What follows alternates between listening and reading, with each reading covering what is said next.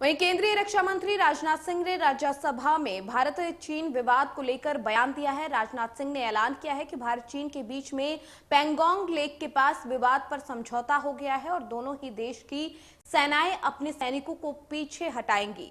रक्षा मंत्री राजनाथ सिंह ने कहा कि हम अपनी 1 इंच भी जगह किसी को लेने नहीं देंगे। चीन द्वारा पिछले साल भारी संख्या में गोला बारूद इकट्ठा किया गया था। हमारी सेनाओं ने चीन के खिलाफ उपयुक्त जवाबी कार्रवाई की थी। सितंबर में दोनों पक्ष एक दूसरे से बातचीत कर रहे थे और एलएसी पर यथास्थिति करना हमारा लक्ष्य है। चीन ने 1962 के वक्त से ही काफी हिस्से पर कब्जा किया है। भारत ने चीन को बॉर्डर के हालात पर रिश्तों पर असर पड़ने की बात भी कही है।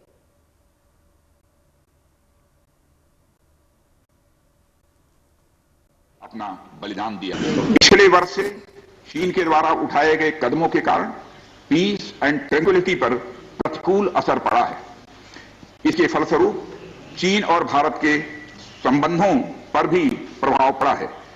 उच्च स्तर पर चीन के साथ कई बार बातचीत के दौरान, जिसमें मेरे द्वारा चीनी रक्षा मंत्री के साथ पिछले सितंबर की बैठक और मेरे सहयोगी विदेश मंत्री श्री जयशंकर जी की चीनी विदेश मंत्री के साथ तथा हमारे एनएसए श्री अजीत जी डोभाल की अपने चीनी काउंटर पार्ट के साथ पिछले वर्ष से मिलिट्री एंड डिप्लोमेटिक लेवल पर चीन के साथ हमारा संबंध बना रहा है। इस बातचीत में हमने चीन को यह बताया है कि 3 सिद्धांतों के आधार पर हम इस समस्या का समाधान चाहते हैं। फर्स्ट, दोनों पक्षों द्वारा एलएसी को माना जाए और उसका आदर किया जाए। दूसरा, किसी भी पक्ष द्वारा यूनिलेटरली स्टेटस को बदलने का प्रयास न किया जाए। तीसरा, सभी समझौतों का दोनों पक्षों द्वारा पूर्ण रूप से पालन किया जाए। सभापति महोदय, फ्रिक्शन क्षेत्रों में डिसएंगेजमेंट के लिए भारत का यह मत है कि 2020 की फॉरवर्ड डिप्लॉयमेंट जो एक दूसरे के बहुत नजदीक हैं वे दूर हो जाएं और दोनों सेनाएं वापस अपनी अपनी स्थायी या मान्य चौकियों पर वापस लौट जाएं। बातचीत के लिए हमारी स्ट्रेटेजी तथा अप्रोच माननीय प्रधानमंत्री जी के इस दिशा निर्देश पर आधारित है कि हम अपनी 1 इंच जमीन भी किसी और को नहीं लेने देंगे। हमारे दृढ़ संकल्प का ही यह फल है कि हम समझौते की स्थिति पर पहुंच गए हैं।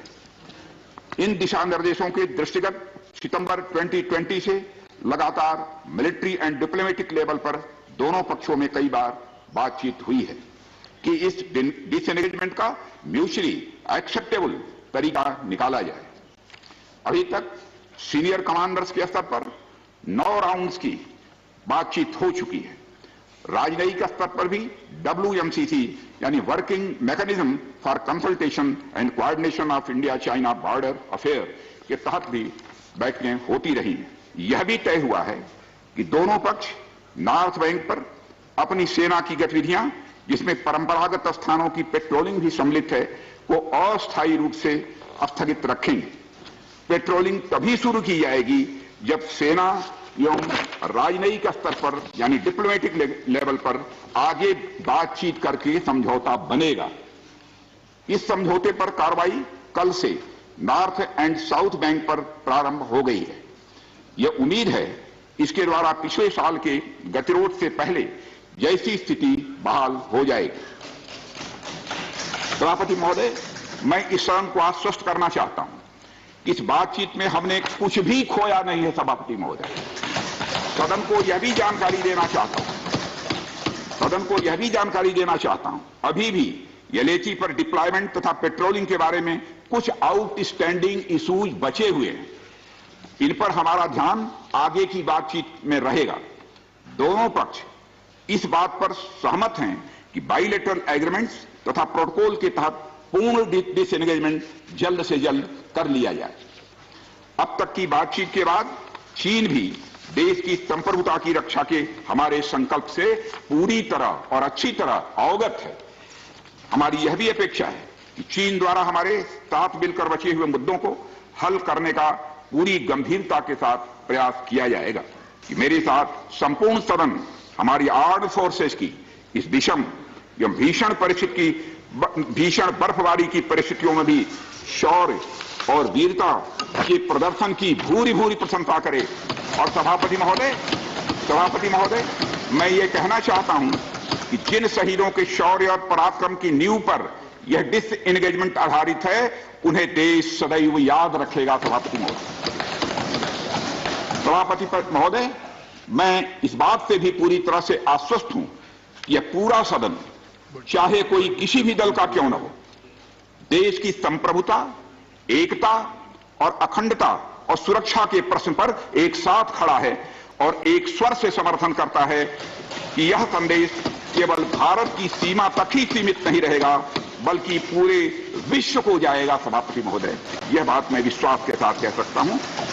मुझे सदन को यह बताते हुए खुशी हो रही है कि हमारे इस अप्रोच तथा सस्टेन्ड टॉक्स के फलस्वरूप चीन के साथ पैंगोंग लेक के नॉर्थ एवं साउथ बैंक पर डिसएंगेजमेंट का समझौता हो गया है।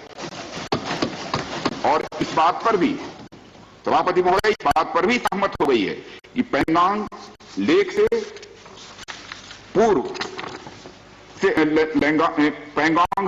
पूर्ण डिसएंगेजमेंट के 48 आवर्स के अंदर सीनियर कमांडर स्तर की बातचीत हो तथा बाकी बचे हुए मुद्दों पर भी हल निकाला जाए। सभापति महोदय, पैंगोंग लेक एरिया में चीन के साथ डिसएंगेजमेंट का जो समझौता हुआ है, उसके अनुसार दोनों पक्ष फॉरवर्ड डिप्लॉयमेंट को phased, coordinated and verified manner में हटाएंगे।